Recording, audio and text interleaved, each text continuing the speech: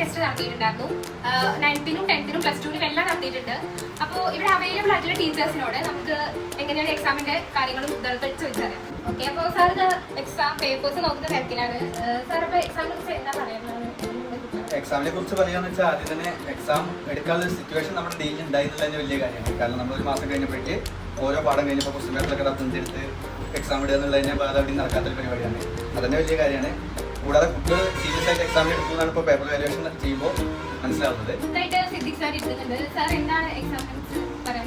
എക്സാമിനെ കുറിച്ച് പറയുകയാണെങ്കിൽ ഞാനിപ്പോൾ ഒരുപാട് ഇൻസ്റ്റിറ്റ്യൂട്ടുകളിൽ ക്ലാസ് എടുക്കുന്നുണ്ട്. അവിടെ ജസ്റ്റ് ക്ലാസ് സ്റ്റാർട്ട് ചെയ്തെന്നല്ലാതെ ഒരു ചാപ്റ്റർ ഒന്നും ശരി തുടങ്ങിയിട്ടൊന്നുമില്ല. ജസ്റ്റ് സ്റ്റാർട്ട് ചെയ്തിട്ടുള്ളൂ. ഡീലിനെ സംബന്ധിച്ച് പറയുകയാണെങ്കിൽ ഇവിടെ ഫസ്റ്റ് ചാപ്റ്റർ കഴിഞ്ഞ് സെക്കൻഡ് ചാപ്റ്ററിലേക്ക് എത്തിയിട്ട് ചിലർ ഫസ്റ്റ് ചാപ്റ്റർ കഴിഞ്ഞിട്ട് അതിൻ്റെ ക്വസ്റ്റ്യൻ ആൻസർ എല്ലാം കൊടുത്തു കഴിഞ്ഞു. അപ്പോൾ നമുക്ക് കോൺഫിഡൻസ് ആയിട്ട് പറയാൻ പറ്റും കുട്ടികൾക്ക് എക്സാം നടത്താം. കുട്ടികൾ പോലും അതിൽ പ്രിപ്പയർ ആയി കഴിഞ്ഞുള്ളതാണ്. അപ്പോൾ ഇത്രയും പെട്ടെന്ന് തന്നെ നമുക്ക് ഡീൽ അക്കാഡമിയിൽ ഒരു എക്സാം നടത്താൻ കഴിയുക എന്നുള്ളതിന് വലിയൊരു കാര്യമാണ്.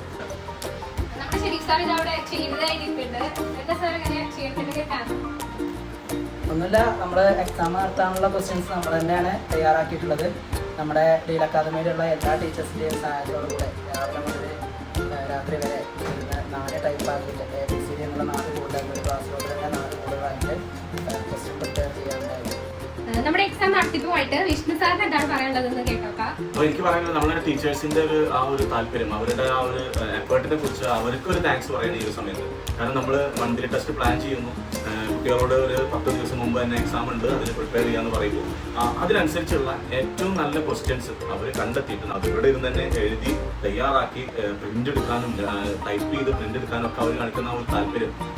ഞാനെപ്പോഴും പറയുന്ന ഒരു കാര്യം എന്താ വെച്ചാൽ എൻ്റെ ടീമിൽ നിന്ന് എൻ്റെ സുഹൃത്ത്, എൻ്റെ അധ്യാപക സുഹൃത്ത് വന്ന് അവരുടെ ആ ഒരു എക്സ്പീരിയൻസ് തന്നെയാണ് നമ്മുടെ ഡീലിൽ ഏറ്റവും വലിയ വിജയം.